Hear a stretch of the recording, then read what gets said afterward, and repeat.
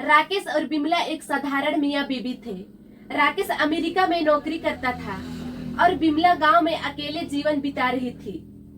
राकेश पर बहुत कर्ज था और वह अमेरिका में दिन रात मेहनत करता था ताकि अपने परिवार और कर्ज से मुक्ति पा सके। बिमला हमेशा परेशान रहती थी। पति दूर थे और गांव में लोग तरह तरह की बातें बनाते थे। एक दिन राकेश ने अपने एक नौकर को भारत भेजा। उसने उसे 25,000 रुपए नगद और 75,000 रुपए मोबाइल बैंकिंग से ट्रांसफर करने को कहा। राकेश ने सोचा था कि उसका नौकर ईमानदारी से उसकी पत्नी को यह सब सौंप देगा, लेकिन किस्मत कुछ और ही चाहती थी। राकेश का नौकर राकेश की पत्नी बिमला के पास पहुंचा। उसने दरवाजा खटखटाया और कहा, मैडम, राकेश भैया ने मुझे एक सूटकेस देने के लिए भेजा है।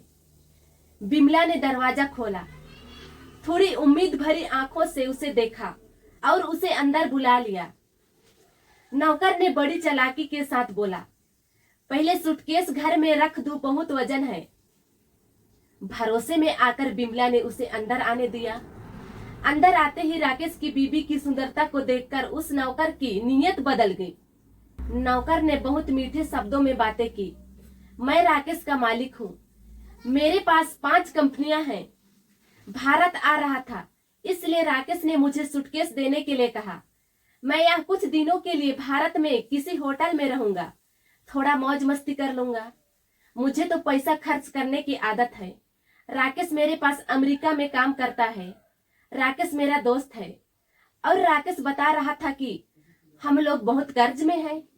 क्या आप लोग सच में कर्ज में हैं? बहुत सारी बातें पूछताछ करके वह धीरे धीरे बिमला से दोस्ती करता गया। दिन में वो आने लगा, कभी सब्जी लाकर देता, कभी बाजार से सामान।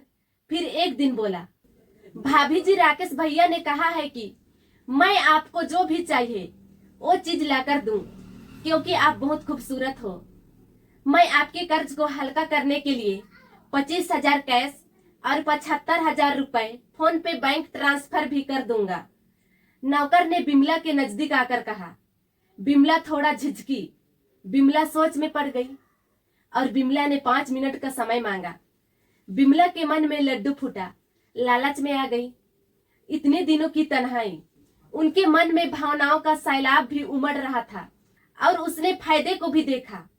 वापस आकर बिमला उस नौकर से पूछी, इसके लिए क्या करना होगा? नौकर बिमला से कहा, बस आप थोड़ा मुझसे प्यार करिए, जैसे भैया को करती हो। राजी हो गई और हाँ कह दी। उसने कोई विरोध नहीं किया, सहमति दी। बस हालात के हाथों मजबूर होकर वह झुक गई। नौकर ने झूठ बोलकर उसी को देने वाले पैसे को देकर मैं दे रहा हूँ कहकर बिमला के भावनाओं के साथ खेला। उसके साथ संबंध बना लिए और फिर कहा, मैं कल और पैसे लाकर दूंगा। 2-3 दिन बाद उसके पति घर वापस आए और पत्नी से कहा, मेरे नौकर के हाथों में मैंने एक सूटकेस, 25,000 रुपए कैश और 75,000 रुपए फोन पे बैंक ट्रांसफर करने के लिए कहा था। मेरा फोन पे बैंक ट्रांसफर काम नहीं कर रहा था, इसलिए क्या आपको सभी दिए? पत्नी सोच में पड़ गई। पति ने पूछा, क्या सोच रही हो? पत्नी ने जवाब दिया, कुछ नहीं। थोड़ा सोच में पड़ गई थी। फिर पत्नी ने उत्तर दिया, हाँ, सब मिल गए। कुछ दिनों बाद बिमला को सच्चाई का एहसास हुआ। ना पैसे मिले, ना फायदा हुआ। अपना ही पैसा देकर उसने सब कुछ लूट कर चला गया। संभल कर रहना, किसी पर इतना जल्दी विश्वास भरोसा मत करना। इस तरह जाल में फंसाने वाले लाखों लोग भरे हैं। आपकी समझदारी में ही आपकी भलाई है।